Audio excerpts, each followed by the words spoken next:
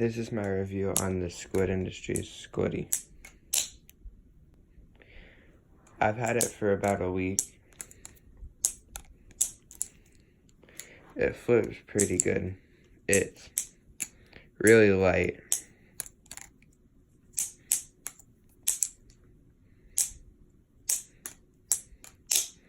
It sounds pretty good.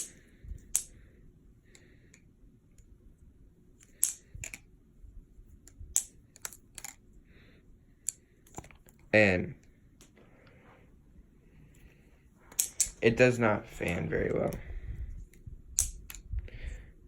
But the one complaint I have with it is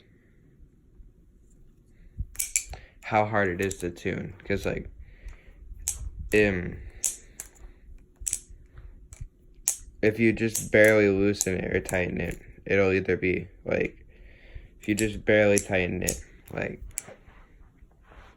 I don't know where the screwdriver went, but if you just tighten it the slightest little bit, it'll be too stiff to flip, and then it gets loose really quick, and the Loctite does not really hold.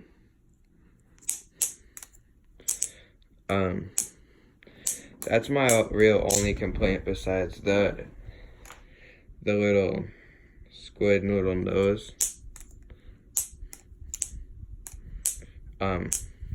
You can like push it.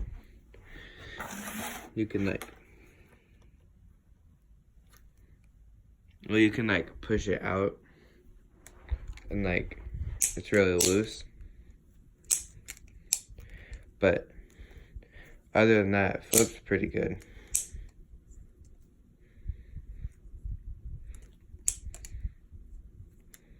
My favorite trick with it is